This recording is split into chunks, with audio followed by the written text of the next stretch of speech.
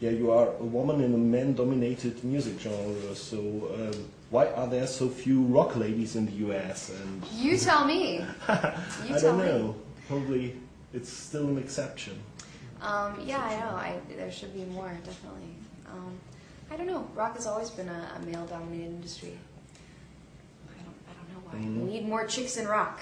Yeah, Bring it on. I think so. Yeah, that's it's amazing that in Europe there are a lot more chicks in rock, and so in Germany there's actually a controversy about the role of a woman. Some women say, one TV commentator says, a woman says, women should stay at home, women should raise the children, and women should shut up a bit more often. So what do you think about... Who said that?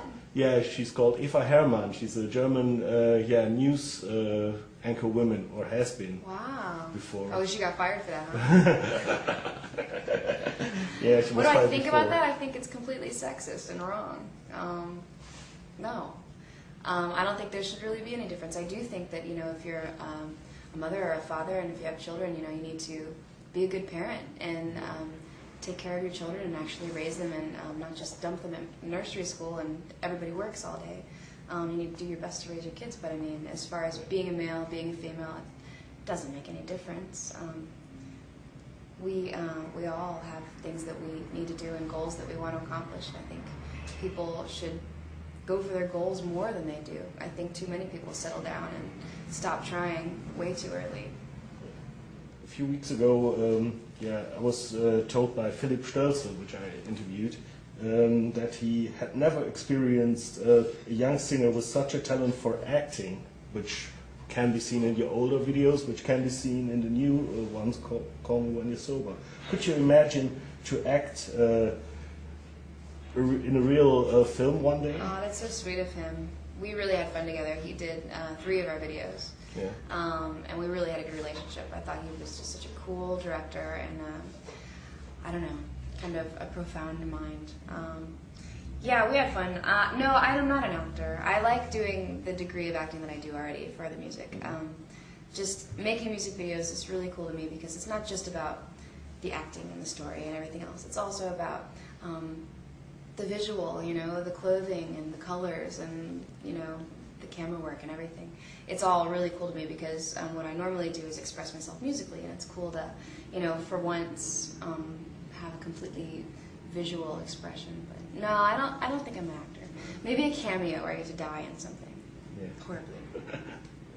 Okay, so tell us something about the making of the new video, which was shot in Los Angeles and shows you along with wolves and levitating up to the sky. So has that been a new experience for you? It was cool. I like to put myself in a little bit of danger. If it wasn't a little bit dangerous for me, I don't think it'd be an Evanescence video. So yeah, it was fun. Mark Webb is the director. We never used it before, and I think he's just awesome. And the concept is, it's like Little Red Riding Hood and the Wolf, but after the fairy tale. So, you know, from the story, you know that the wolf is like abused and manipulated and, you know, taken advantage of. Little Red Riding Hood is naive and innocent and everything. And this is like the after story where she finally grows up and says she's not going to take it anymore, and it's like the showdown between Red Riding Hood and the wolf. Okay, I heard that, a few days ago the album leaked to the internet as the single did before. Do you think as a musician who wants to bring his stuff to people, you can prevent something like that? If it could have been prevented, we would have. Yeah. I mean, it's obviously not something we're excited about. It's a bummer, you know, we wanted it to be a surprise. I was definitely counting down and looking forward to October 3rd. And I still am, but, you know, it's not a surprise anymore. And more than that, like, you want people to be able to experience it the right way from the beginning. Like, see the album have, like, so much work went into the artwork and the sound quality, you know. You don't want maybe some bad version that someone got off the internet, you know, with clips in it, or it's half of the song, or whatever, through computer speakers. That's not at all what I imagined for my fans' first experience hearing the album. I want people to be able to really have the full work of art, listen on their own, in the dark, the whole way through. And I know that, you know, if our fans are true fans, of course they'll go and buy the album. Yeah. But still, it takes the surprise away for them and all that. So Yeah. it's a bummer. But I do think that the album is good enough and strong enough that even though it leaked, people will still go out and buy it. Yeah. Honestly, each song on the album at some point, like probably when it was being written, was my favorite song. Like, oh, this is it, this is the single, it's my favorite song. And that's the way we write. We just would obsess over one song while it was being written for like, you know, 2 months or something until we wrote another one. I can't pick a favorite, it's impossible. So, but you told me that, in Lacrimosa you picked one of your favorite pieces of classical music to work with it. Tell us something about that. That's it. Lacrimosa is the original Lacrimosa from Mozart's Requiem is my favorite piece of classical music. And I just always saw that, I don't know, it had all kinds of potential to be something else. I think it's perfect the way it is, but it was fun to manipulate it and, I don't know, be a part of a piece of work that I've loved since my childhood. Okay, what do you think of alcohol and drugs? I mean, people around you had problems with drinking or taking drugs or something like that. But is this the alternative to stay absolutely abstinent? No, it's not that at all. I've just seen a lot of really pathetic and depressing things go down on the road and just in my life since over the past couple of years. Especially people that are talented, you know, and just wasting their lives on drugs, alcohol, the whole rock star lifestyle, when what you really should be there for is the music.